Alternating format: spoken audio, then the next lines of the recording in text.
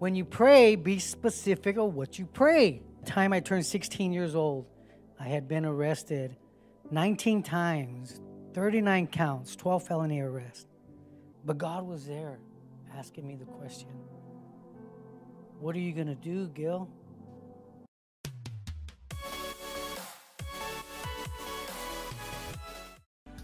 The title of my sermon today is What You Gonna Do? I wasn't raised as an Adventist.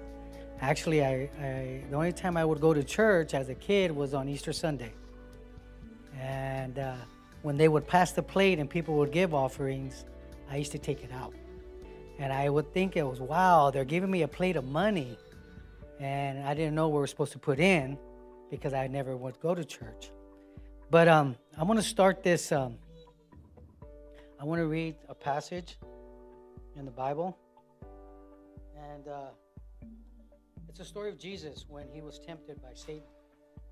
And I believe every one of us will come to a time in our life, and I think it's daily, sometimes by the hour, where the question is asked, what are you going to do?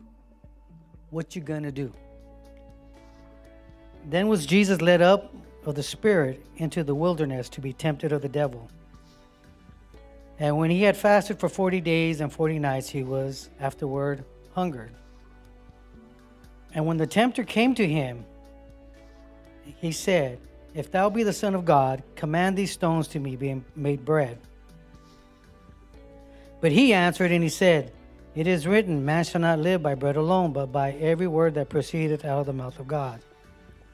Then the devil taketh him up into a holy city, and setteth him on a pinnacle of the temple, and said unto him, if thou be the Son of God, cast thyself down, for it is written, he shall give the angels charge concerning thee, and in their hands they shall bear thee up, lest at any time thou dash thy foot against a stone.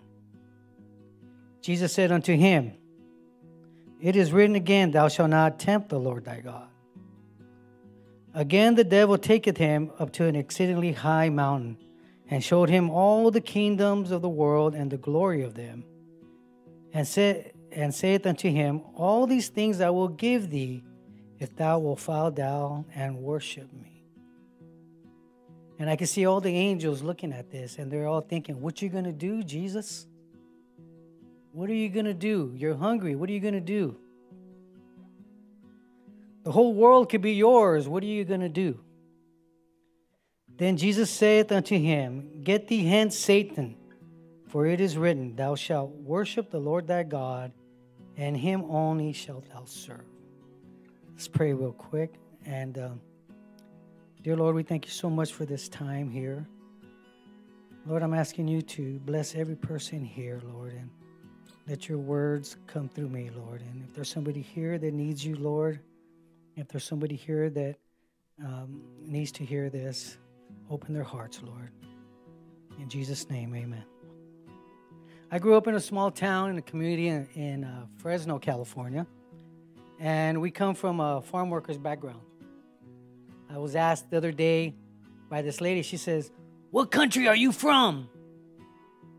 And I said to her, well, I was born in California. My parents were born in Texas. Their parents were born in Texas. And their parents were in Texas when Texas was Mexico. And everybody else to me is just a pilgrim. And the lady looked at me and goes, oh, I like that. But I was born, we were very poor. And we grew up picking chilies and nectarines and oranges. And my mom would take me to the fields because I was the biggest troublemaker at home. They wouldn't leave me at home. They would take me only. And but growing up as a child, my mom would leave us alone a lot. And she would leave us with different babysitters. And we had this one babysitter that was very mean. And she was very wicked. And they would leave her with a bunch of kids. And she wanted me to do things and I wouldn't do. And so what she did, she goes, come here, I'm going to show you something. And I went with her. And she had a knife on the stove, and it was getting hot like a branding iron. She goes, come here, you're not going to do what I say. And she grabbed my arm, and she burned me across my arm. And I was about 4 years old, and I ran outside in the middle of winter. And I was crying, and I was really upset because my mom had left me, and my father had left me. And I had vowed to myself that I was going to hate everything and everybody. And I remember as I was out there crying, I was hallucinating, and there was a dog that was tied up by this water spigot. And I put my arm across, and I had no shirt on, no shoes. I was just in a pair of shorts that were like underwear. And it was very cold outside. I would say it was about 30 degrees, maybe 20 degrees. And had my hand out, and the water was dripping on the burn. But there was a dog that was tied up. And the dog was growling, and the dog was just like wanting to attack me, but it was chained. And so as my arm was out, the dog was this close to me. And I seen the dog, and the dog was just vicious. And I seen the babysitter, her silhouette was yelling at me to get back in the house. If you don't get back in here, I'm going to kill you. And my mom would always tell me that there was a witch that lived under our house. And in my hallucination, I could see the witch calling me, come to me, come here. Somebody told me that I was supposed to die that night. But I had this anger and this hate in me that I was never going to let that happen to me again. And I grew up with a lot of anger and a lot of hate in my heart toward my parents. And nobody could get close to me. Nobody could talk to me because I was always that one kid that was a problem child. But growing up in my family was they're very poor. And a lot of the men in my mom's family, she had 10 brothers and sisters, and my dad had 10 brothers and sisters. And all the men in both sides of the family were criminals. They were either drug dealers or alcoholics or thieves. And I was raised in that nature. By the time I turned 16 years old, I had been arrested 19 times, 39 counts, 12 felony arrests. The police officers in my city told me, we're going to kill you. You're already on our list. Because every time I would get arrested, I would want to fight. I would lash out because of the anger in me. And the cops would take turns, and when they would arrest me, they would beat me. I had my shoulder just pulled out of the socket, and I was hogtied, and I left in a cell till about 3 a.m. until my parents came to get me. And I was angry, and I would vow, I would get you back, and I want to hurt you. The cops on my jacket said, on my file, it said, armed and dangerous, has threatened to kill police officers. Handle with extreme caution. And the cops, when they would see me, because I was on parole and probation, they would tackle me down, and they would strip search me, and that was the ongoing thing. When I was in the 8th grade, there was a boxing gym opened up in my little town. And I was first, and my brother was second, and my little brother was third to sign up. And we started boxing, and because of the anger in me, I was a very good fighter. And I became a champion in my weight class, and my brother was a champion, and my little brother was a champion. And they nicknamed us Los Diablos de Sangre, which means the devils. And we would go around and we would fight. And that kept the police officers off of my back. I was working with a young lady. I was working in a clothing store, and she was a Christian lady. And she says, would you like to come to a Bible study? And I said, oh, no, that's not for me. You're talking to the wrong guy. There was a book. It was called Crossing the Switchblade. And there was 2 characters in that book. And it was a really famous book. It's a Christian book about a pastor going to New York City and working with gangs. And in my town, there was a lot of gangs. When I was in high school, I had 13 of my friends were murdered in gang violence. And I carried a gun every single day to school. It was just like carrying a keychain because I was feared in my heart. And she invited me to church, and And that question came up, what you going to do, Gilbert? And the angels were there listening to this lady preach to me. You need to give your life to God. Aren't you tired of running? And I said, it's not for me. Talk to somebody else. Well, this pastor had come to my town to start a missionary or working with gangs, and they had specifically looked for me so I can go to these meetings. And so I went to the meeting because I was hungry, and they were giving a free lunch. And so I went to this meeting. And in the middle of the meeting, after I ate lunch, I got up and I walked out, and the pastor was on the pulpit, and he says, where are you going? I said, we came to this town just for you. Where are you going? I said, it's not for me, Pastor. Don't call me, I'll call you. And I walked out. I was in regular high school, and I eventually got kicked out of school, and I went to the continuation. I was a sophomore in high school, and I got kicked out for fighting. I had fought 14 times in that school year, and they had let me out. And so I went to continuation, and when I came back to regular school, because I had put in my mind that I wanted to graduate with my class, and I had promised my mom that I would graduate from high school. When I went back to high school, the principal, who was a teacher before I left, he came to me, and all the principals got me, and they had a conference. And they said, we know you, and we're watching you. You make one mistake, we're going to kick you out. And I said, praise the Lord. If it's God's will, I'll be out, because I had become a Christian. But they didn't believe me that I was a Christian now. They didn't realize that I had changed, because I had been gone out of school for almost 3 years. And now I came back, and I was a senior. And they were ready for me, and they had warned me. And I said, I'm a changed man. I gave up my gun, and I was carrying a Bible now. And I would go to school, and I would pray.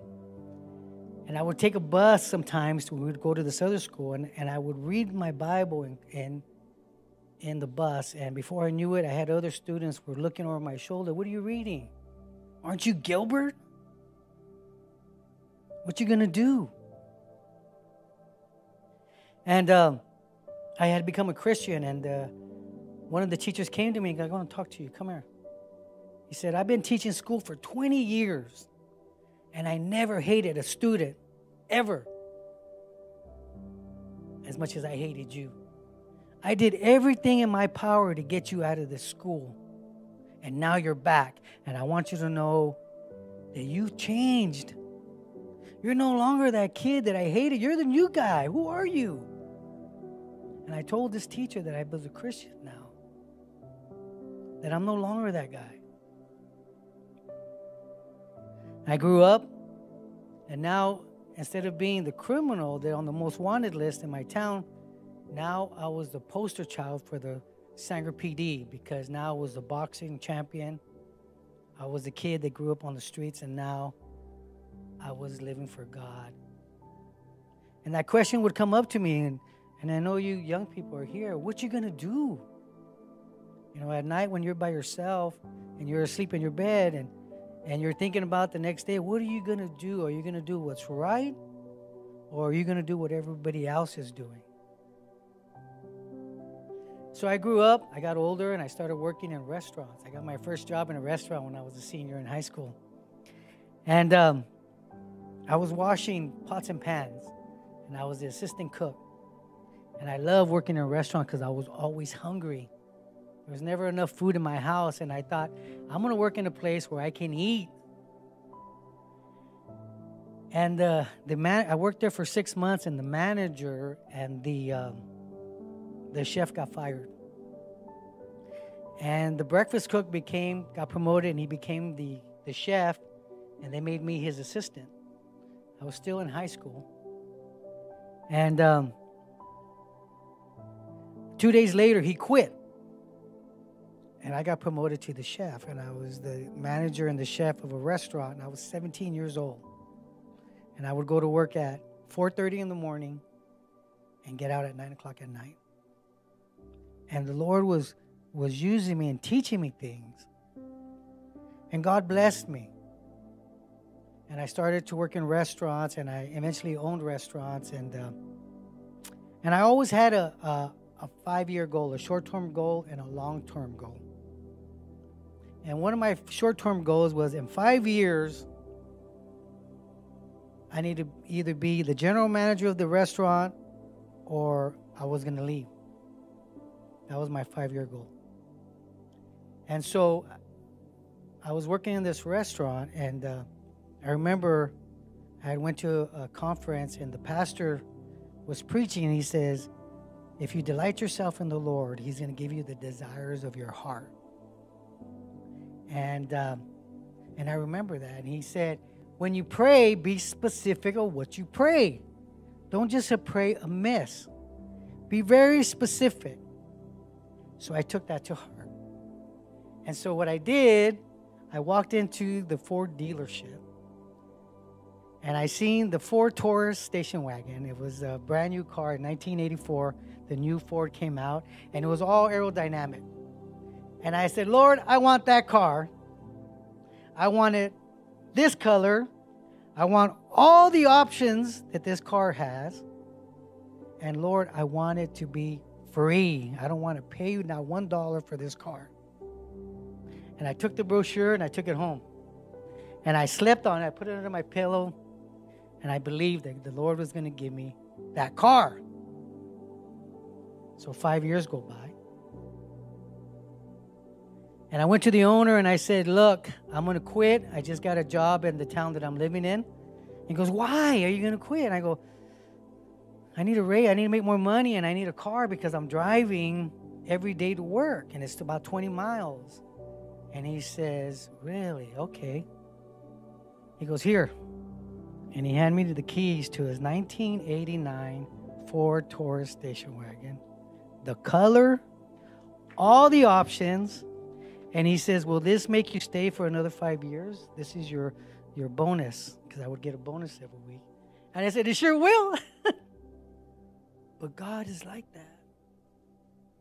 What are you going to do when your prayers are not answered? Are you going to quit? Jesus, what are you going to do? The whole world could be yours. You're just a man. What are you going to do? And that question's been answered and asked all through the history of the Bible. Can you imagine Joshua and Caleb when everybody was leaving around them, and the question is, what are you going to do? And what do you say? As for me and my house, we're going to serve the Lord. That's what we're going to do. What are you going to do? I was working in Las Vegas, and I wasn't an Adventist. I had stopped going to church. And I picked up this guy. I was a limo driver and a bodyguard for one of the casinos in Las Vegas. And I picked up this guy at the airport. And I remember it was hot. It was about 115 degrees out. And I was at the airport, and this guy comes out of the airport wearing this suit that, I don't know if I was hallucinating, but it was changing colors. And this guy was the most ugliest person you ever seen, but I couldn't keep my eyes off of this guy. And he walked right to my car, and my car was the worst car out of all the cars that were up there. I had a 2000, well, not even that, it was like a 1997 Lincoln Town Car, and all the other guys were driving 2000 Town Cars, which was a different style of car and newer. Well, that guy should have went to their car, but he came to my car, and it was the ugliest. And he says, take me to the Imperial Palace. And when he got into my car, all my hairs stood up on the back of my head. And I felt nothing but pure evil. Well, how do you know this? Growing up in my house was pure evil. My mom would do a lot of witchcraft. And she would do all these potions and different spells because she was trying to keep me out of jail. And she tried to keep me safe. But she didn't know what she was practicing. But this was in her heritage, and she would practice this stuff. And the more she prayed, and the more of this witchcraft that she would practice, the more I would get deeper and deeper into sin. But God was there asking me the question, what are you going to do, Gil? And living in Las Vegas, this guy was in my car, and I knew evil. My brother, and at one time in my family, I had 16 first cousins, uncles and brothers in prison. And when I would go visit them, I could feel this cloud of evil, and I knew what it was. And when I got into this car and this guy's in my back seat, that's what I felt. And I got really scared. And I looked at him, and when he spoke, I felt like this fog came out of his mouth. So I took him. I just wanted to get this guy out of my car, so I took him to the Imperial Palace. And I pulled up to the front door, and I was a new driver, and I was very scared because this guy was in my back seat, and I wanted to get him out. So I stopped right in front of the door of the casino. And all of a sudden, all these guards came out, and they started yelling at me. And all these guys are like Secret Service guys. These guys are retired Rangers and SEALs. These are like really high military guys. And they all carry machine guns, and they carry all this weaponry. And they're yelling at me, and I'm like, I'm not even listening. I just got to get this guy out of my car. When I went to the back and I opened the door and the guy came out, all these guys, they seen him and they all bowed to him. And I was like, well, that is so weird. Who is this guy? Remember, kids, you never know who's in your back seat. And so these guys bowed down to him like he was some high-ranking devil or demon. I don't know what he was, but when I went to open the door, when he came out, he handed me some money, and he says, Gilbert. I never told this guy my name. He says, if you follow me, I'll give you the world. What are you going to do? What you going to do, Gil? You're at a crossroad in your life. I got out of there so fast. I came back to California as a grown man, and I got married. I met my beautiful wife there, and that's a love story in itself. And we were married, and a couple of years after we were married, my brother came to our house and his wife, and they started talking to us about Adventism. And I said to myself, oh, no, I don't want to hear that. But as my sister-in-law was talking to me, she kept on answering every question that I had about the Sabbath, about eating pork, and all these things that I never learned in a Pentecostal church that I was going to. She was answering everything, and it just made sense to me. And every time she said something, every question I threw at her, she answered it. And my wife was listening, but she wasn't listening because she was cleaning the house, but you could see her going. And what was so amazing was that God was there. And the question to me, I was living my life, and I wasn't going to church, and I was, we were doing pretty good. And the question came, what are you going to do? You're okay. You're not hurting anybody. You're living pretty good. You're paying your taxes. You're doing what you're supposed to do. You've raised your kids. They're growing up. Everything's going good. What are you going to do? Are you going to go to this new church? And so we got invited to a seminar.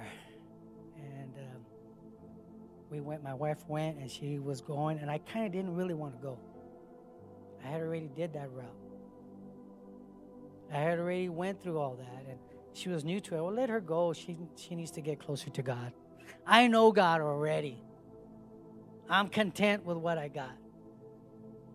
But you see, God wanted more for me. He was going to show me more, but I was fighting it because I knew that I wasn't going to be able to do all the little things that I like to do. And so we went. And before I knew it, I was standing at at a baptistry. I was about to get baptized. I go, how did this happen? And I'm walking up to the baptistry, and the pastor was going to tell us instructions. I said, wait a minute. He goes, what's wrong?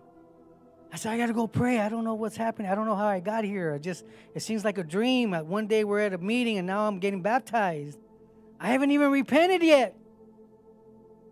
And so just give me some time, and I walked from the baptistry, and I went to the back, and I prayed, and we got baptized, me and my wife. And again, Satan would come to me and say, what are you going to do now? You're going to fail. You're going to fall on your face. You can't live for God. You're not good enough. You're not smart enough. We started going to church in Clovis. We both got baptized there. And I was a chef. I work every Saturday. Getting off a Saturday is so hard. What am I going to do? There's no restaurants that are not going to want to hire me. And my wife says, pray about it. Give it to God. Let Him worry about it. And He's going to open the door for you. Well, at this time, I said, you know what I'll do? I'll try to fix it myself. I'm going to change my career. I'm going to find a career where I work Monday to Friday, 8 to 5, just like everybody else. And so I started going to school. I went to college to be a paralegal. And guess who I worked with? I worked with my wife. I was her assistant. I was doing an internship. She was my boss. And I did not like the job. As a matter of fact, I said, what did I do? I just put 2 years into school, and I got this job that I cannot stand. And so I was working a part-time job training this gentleman that was a very wealthy man, and he owned a trucking dealership. And he said to me, why don't you come work for me? I need somebody that can speak Spanish. I go, oh, no, I cannot work Saturdays. He goes, well, you got to have to work Saturday for me. I said, I can't do it. So for a year that I trained this gentleman, he bugged me to come work for him. I was one class from graduating, and I had some extra time, and I said, you know what? I'll come work for you. What are the hours? He goes, 8 to 5. All you got to do is answer the phone and be my receptionist, and that's all you got to do. And if anybody needs a Spanish interpreter, you interpret. Okay, I could do that. The first hour I was there, I sold 2 trucks. And the owner came and he says, good job. But since you're not a salesman, he said, if you were a salesman, you would have made $5,000. But since you're an hourly employee, you made $20. So what did I do? I quit school, and I went to go work selling trucks full time. 6 months after I started there, I started doing all these sales. He tells me, he goes, you're going to have to work Saturday. He says, all the salesmen are complaining about you because you're not working Saturday and they have to work Saturday. What you going to do, Gil? You know what's right. What are you going to do, Gil? I was so upset. I said, babe, what am I going to do? I knew this was going to happen. And she says, give it to God. So I got on my hands and knees and I prayed and I said, Lord, what do I do? And God told me, go talk to the owner. So I went to talk to the owner and I said, do I have to work Saturday? He goes, yeah, you're going to have to work Saturday. And I said, well, let me tell you something. Mexican people don't shop on Saturday. They shop on Sunday because they work Saturdays. And he said to me, if you can show me that you can sell trucks on Sunday, you'll be open on Sunday. And so I went to work on Sunday. Our company in California, because the air laws, blew up. We went from like a $10 million company to $100 million in 1 year. And so throughout the whole company, everybody was open on Saturday. Nobody was open on Sunday but the Fresno store. was open on Sunday because I was selling trucks on Sunday. And I sold a truck every Sunday for almost 3 years. The company grew, and they started opening other stores in other parts of California. By this time, I had took the money that I had made, and I opened up my own business because I wanted to be my own boss. And I was following a dream that I had to open up a gym. Everybody thought I was crazy. And I said, you open up, you sell trucks, I'll go follow my dream. And the company grew, and they kept on promoting me. They wanted me to be a partner, and I said, I don't want to move to, they wanted me to move to Sacramento, and I said, I don't want to move. I'm good where I'm at. Just, I sell trucks from 8 to 5, and I have my gym from 5 to 9. Just leave me alone. They go, oh, no, you got to be the guy. I hired you for this reason, Gil. I seen you afar. I want you to be my partner. And I said, I don't want it. And they wanted me to move to Sacramento. It was like 2 hours from my town. I said, no, I don't want it. They opened another store in Bakersfield. It was like an hour and a half away from my town. They says, come to work, Gil. We're going to pay you $50,000 a month if you come and take this job. $50,000 a month? Every month. I said, I'm not going to do it. What you going to do, Gil? You say you want to make money. Here it is. But you're going to have to work Saturday. They opened up in L.A., and he came to me again, and he said, you're likely to make $60,000 to $70,000 every month if you take this job. I said, no, I'm not interested. They opened in San Diego. In San Diego, they wanted a Spanish-speaking salesman. They says, Gil, you can buy 3 gyms with the money we're going to pay you. You're likely to make anywhere from $90,000 to $100,000 every month. And all the guys that took the promotions were getting rich. I said, I rebuke you, Satan. I looked at my boss. He grabbed me by my shoulders, and this is the guy that I trained to box. He was one of a guy that I was his personal trainer. He grabbed me and he picked me up. And he says, are you crazy? Are you stupid? You know what I'm offering you? I said, my soul is not for sale. I said, get thee hence, Satan. He dropped me. 3 days later, I was escorted off the property. What are you going to do?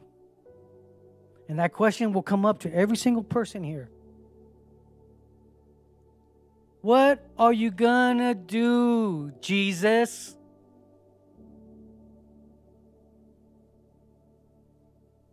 God has been so good to me. The business grew, and it started just getting global. In our gym, ESPN came out and they did a story about our gym, and it went global. I had fighters in Japan and in Australia that called me and said, hey, coach, I just seen you on TV. We would go out to dinner and people would come up to us and say, we're following you, taking pictures of us. I'm walking down the street and they're videotaping me. I trained this lawyer and he says, the more famous you get, the more people are going to hate you. Oh, no, coach. No, David. People love me. We started getting death threats. People saying that they're going to come and kill me and my wife and my son. My son was upstairs training, and somebody shot at him right through the window. Almost killed him. Missed him about this much. And I prayed, and I said, Lord, if this business is going to keep me out of heaven, take it away. I want no part of it. Because the business had grew above and beyond anything that I could imagine. I no longer belong to my wife. I belong to the whole community. What you going to do, Gil? You could stay in California. What are you going to do? And Christ asks that every day. Lourdes, what are you going to do? I know what I'm going to do. It's for me and my house, I will follow the Lord. But God has been so good, and He brought us here. And we brought us to, we came last year to visit. We came in January. And we looked at the whole area. We said, okay, we'll think about it. We kind of like it, but we don't know what we're going to do. I didn't have a job. I had no clue where we were going to live. So when we got back to California, it was in February. February 1st, we told our gym membership, we had almost anywhere, we had about 150 to 250 members. And we had that for almost the 7 years that we're open. What are you going to do? We are leaving. We are moving to Missouri. But why? Because God is calling us to Missouri. What are you going to do with all your stuff? Because we all have stuff, right? I had over 20 years of stuff with my wife. What are you going to do with all your stuff? Where are you going to work at? I don't know. That's His problem. He told us if we follow, He will take care of us. We sold everything within 30 days. Everything that we had. All the stuff that I had accumulated and collected. Do you ever do this when you get home? You pull the drawer open and you take everything out of your pocket and put it in the drawer? Well, I had over 30 years of doing that. Bolts and nuts and everything that I could collect. I had it stored, all kinds of stuff. I had boots that I'd never wore that were given to me by my dad when he passed away. I had shoes, suits, everything that I had was just there. So you know what I did? I had an estate sale. Usually estate sales are for people that are passed away. And everything we sold. And we got in our trailer and we came to Missouri. And God has been with us. What are you going to do? What you going to do, Jesus?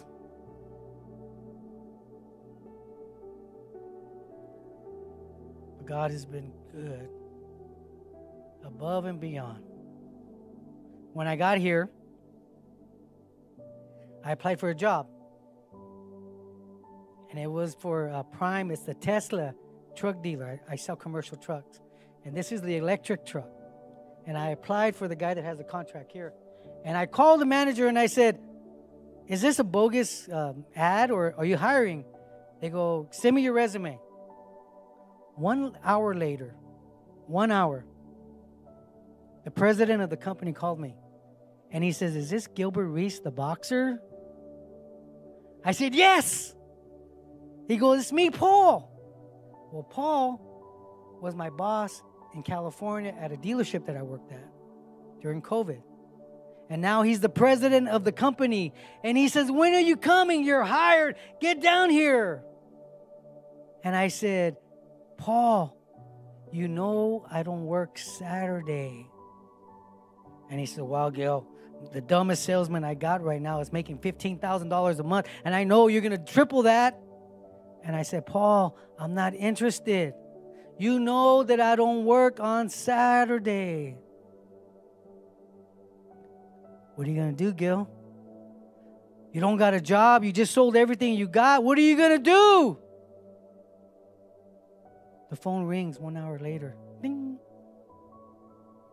And it was a company that I had applied for. He goes, you're hired. When can you start? We're going to double your salary, what I quoted you. You just need to get here. Hallelujah. What you going to do? I think you know what to do. We just got to do it. Thank you.